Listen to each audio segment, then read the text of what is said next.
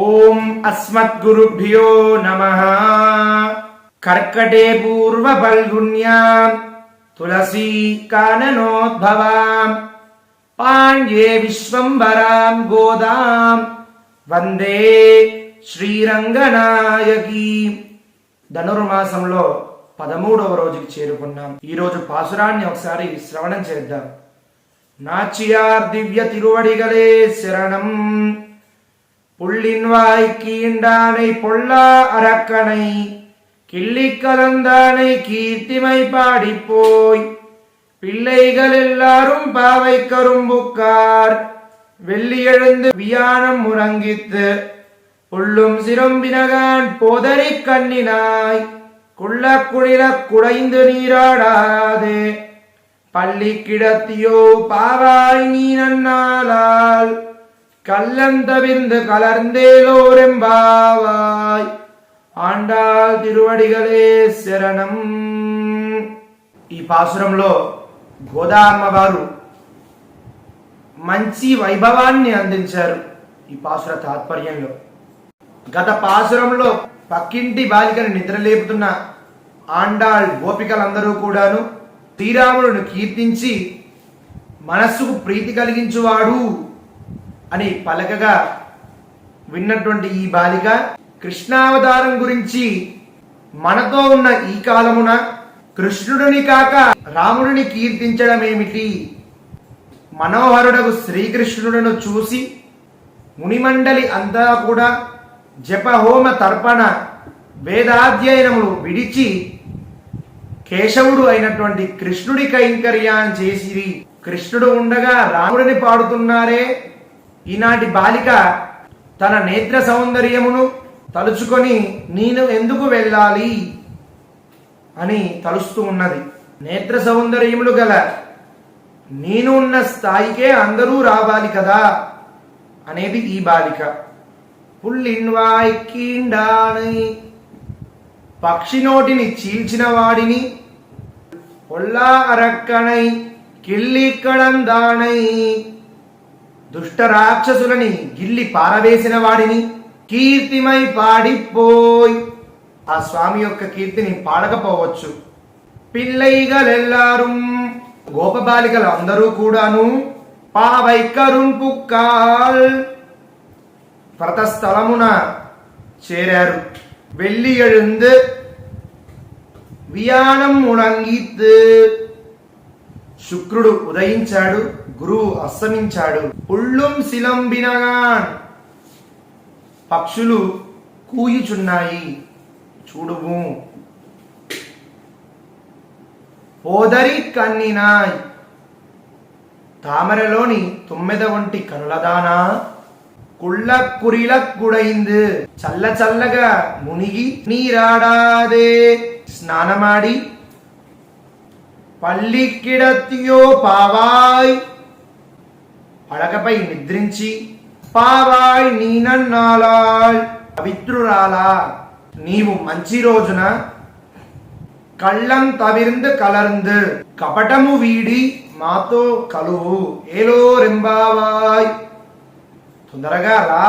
బకాసురుడు సంహరించిన వాడిని కాకుండా రావణుడు సంహరించిన వాడిని కీర్తిని పాడుచున్నారు. అందరూ వ్రతస్థలానికి చేరారు. శుక్రుడు ఉదయించాడు, గురువు అస్తమించాడు. ఆహార సంపాదనకై పక్షులు అలకిడి చేయుచున్నవి.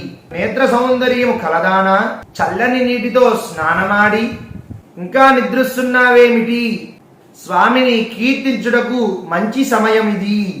పవిత్రురాలైనటువంటి నీవు ఏకాంతముగా స్వామిని అనుభవించుట మానివెయ్యి. మాలో చేరు, మాతో అందరితో కలువు. అందరము కలిసి స్వామిని కీర్తిద్దాం. అందరము కలిసి భగవత్ కైంకర్య పర్యంతం కాలక్షేపము చేద్దాం. స్వామినే ధరిద్దాం, స్వామినే కీర్తిద్దాం. అలా నీవు లోపల ఉండటం మంచిది కాదు అంటూ ఈ పాసురంలో గోప బాలికలు గోదామ్మవారు కూడా నేటి బాలికని నిద్ర లేపుతున్నారు. ఓం అస్మద్గురుభ్యో నమః. జనగామ పట్టణంలో బాణాపుర ప్రాంతంలో వేంచేసి మన అందరి కోరికలు తీర్చే సాక్షాత్ కలియుగ ప్రత్యక్ష దైవమైనటువంటి వెంకటేశ్వర స్వామి వారి సన్నిధిలో ధనుర్మాసోత్సవములు ప్రతినిత్యము ఉదయము వైభవముగా, సహస్రనామార్చన అనంతరం సేవాకాలము, స్వామికి నివేదన, సాత్తుమలై తీర్థ ప్రసాద గోష్ఠి అనంతరం స్వామికి నిత్య కళ్యాణోత్సవము. మన స్వామి సన్నిధిలో ధనుర్మాసోత్సవాలు వైభవంగా సాగుతూ ఉన్నాయి. విశేషించి 8వ తేదీ ఉదయము స్వామి అమ్మవారు ఇద్దరు కూడా కలిసి పెరియాళ్వారుల ఇంటికి చేరి సారె స్వీకరించుకోబోతున్నారు పచ్చి కూరగాయలతో. ఏ విధంగా అంటే, ఒక సమయంలో రంగనాథుడితో పాటుగా గోదామ్మవారు పెరియాళ్వార్ ఇంటికి రాగా ఉట్టి చేతులతో పంపిస్తున్నావేమి కుమార్తెని అన్నట్టుగా చూశాడట స్వామి. స్వామి చూసే చూపుకి పెరియాళ్వారు అర్థం చేసుకొని తన ఇంట్లో పండినటువంటి ఎన్ని కూరగాయలు పండితే అన్ని కోసిచ్చాడట. కొన్ని సంవత్సరములుగా మన స్వామి సన్నిధిలో నిర్వహిస్తున్నారు మన సిద్ధాంతి స్వామి వారు. చాలా వైభవంగా సాగుతూ ఉంటుంది ఈ ఉత్సవం. మనమందరం కూడా పాల్గొందాం. విశేషించి 10వ తేదీ వైకుంఠ ఏకాదశి ఉత్సవము ఈసారి ప్రత్యేకముగా మహావైభవోపేతముగా నిర్వహిస్తున్నారు మన సిద్ధాంతి గారు.